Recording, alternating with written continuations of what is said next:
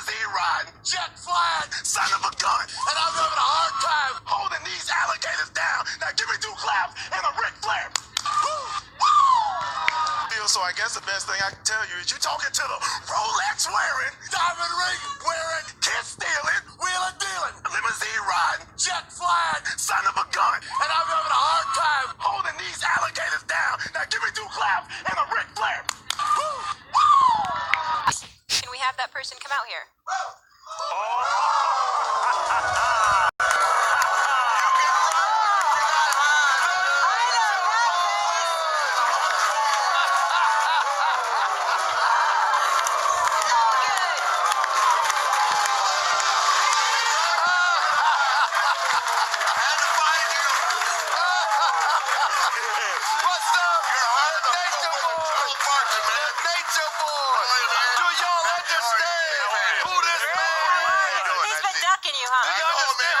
Styling, profiling, doing what he does. Understand who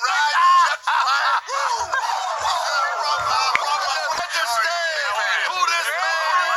He's been ducking you, huh? Do you understand who this man? Styling, profiling, doing what he does.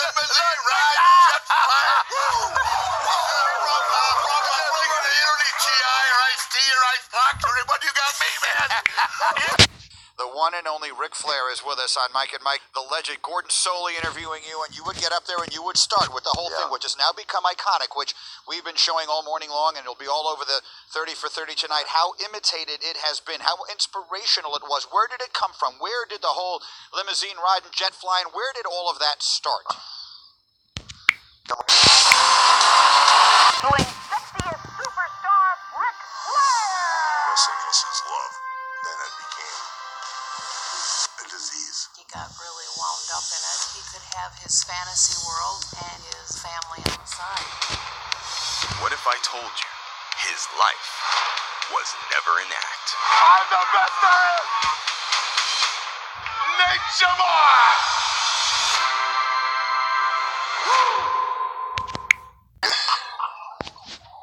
Toy, like I said earlier, in Walmart with my sons, and guess who I see on the rack?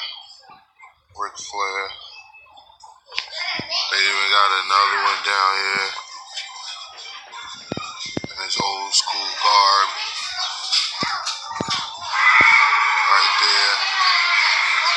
And it's crazy because I just did the damn videos talking about how Ric Flair, racist Ric Flair, and how he keeps getting a pass with his racism. And I don't think they're included. And this is just another example, pretty much. The other ones, old school wrestlers. But this is just another example of him, Ultimate Warrior, getting away with racism. Like Hulk Hogan gets banned from everything. But this motherfucker was running around calling Teddy Long nigga with reckless abandon. So In kayfabe commentaries, you shoot with Tony Atlas. We heard of some of the racism he dealt with in the business, coming up in the business in the in the southern-based NWA. What challenges, if any, did you face as a black man trying to make it in a dominantly white man's profession? Yeah, I had my problems there. I really had most of my problems, not a whole lot, but with Ole, he was a bad man. Even if he knew your name, he would call you a nigga. He just didn't care. I remember one time I was refereeing one of his matches, and he was in the corner. I patted him on the back. I was asking him to bag out, and he turned around and told me, "Nigga, don't touch me. Don't put your hands on me." In the ring? In the ring. He told me that. One time, I had trouble with superstar Bill Dundee. Elberton, Georgia. I never forget. It was a high school gym, and something happened during the match, but I was refereeing, and he yelled right out in front of everybody, "Can't you see what they're doing, nigga?" Just like that, man. And it was just unbelievable. I just kept right on going. Ric Flair walked up to me one time and asked me, he said, "Nigga, you like working here?"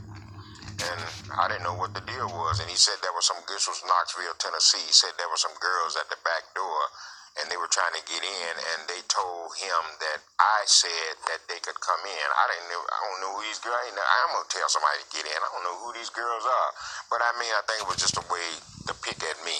And I remember Kevin Sullivan and Eddie Gilbert telling me, you know, that when they went to him to present the manager deal, you know, me being a manager, that he hated it. He didn't want Rick did. Yeah, he hated it. He didn't want no part of it. So Jim Hurd told me one time right to my face, had to go in his office. Me and Undertaker was in there. Undertaker was having trouble with Ole. Ole said he would never draw a dime. He wouldn't do this. He wouldn't be that. So Taker left, and that's when he came to Vince. But that day, me and him was in that office. Jim Hurd told me to my face, he said, Teddy, he said, I can just be honest with you, Ric Flair doesn't like you. So why, I don't know. But did it change over time? Maybe.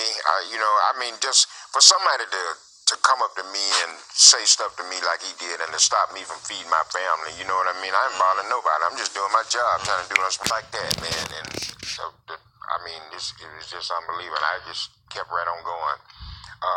Ric Flair walked up to me one time and asked me, he said, nigga, you like working here? And I didn't know what the deal was. And he said there was some, this was Knoxville, Tennessee. He said there were some girls at the back door, and they were trying to get in, and they told him that I said that they could come in. I don't know who these girls are. I'm going to tell somebody to get in. I don't know who these girls are. But I mean, I think it was just a way to pick at me. And I remember Kevin Sullivan and Eddie Gilbert telling me, you know, that when they went to him to present the manager deal, you know, me being a manager, that he hated it. He didn't want Rick did. Yeah, he hated it. He didn't want no part of it. So Jim Hurd told me one time right to my face, had to go in his office. Me and Undertaker was in there. Undertaker was having trouble with Ole. Ole said he would never draw a dime. He wouldn't do this. He wouldn't be that. So Taker left, and that's when he came to Vince. But that day, me and him was in that office. Jim Hurd told me to my face, he said, Teddy, he said, I can just be honest with you, Ric Flair doesn't like you. So why, I don't know. But did it change over time? Maybe.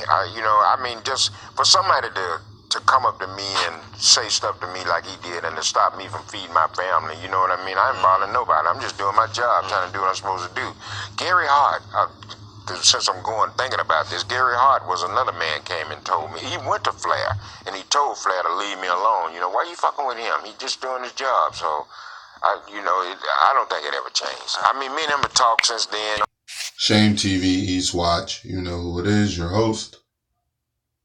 This has been another video, just a reminder to ESPN. Maybe you didn't see this, maybe you did and ignored it, but I'd like to know how this man has just been championed all over television, celebrated all over ESPN, and he's basically a known racist that's been kept secret while Hulk Hogan took all the shots from what he did.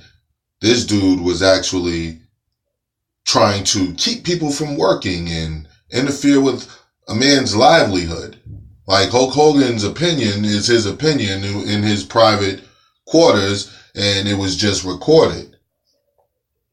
This individual was out trying to actually deny people opportunities in a business for no other reason than he felt like it, and it was a Thursday, and he doesn't like black people. Shame TV East Watch. You heard Brother Teddy Long say that he don't think it never changed. Though the interviewer asked him, did it change? He's trying to be gentle with the situation, and I respect that. But he did openly say it never changed, and I'm sure it didn't. So, Shame TV's watch, racist Ric Flair. Again, we asked the question, why does he keep getting a pass? Hugging Stephen A. And when he mentioned the chains and the necklaces, I don't know what you guys, what's that, whatever. Shame TV, racist Ric Flair. You don't get a pass over here.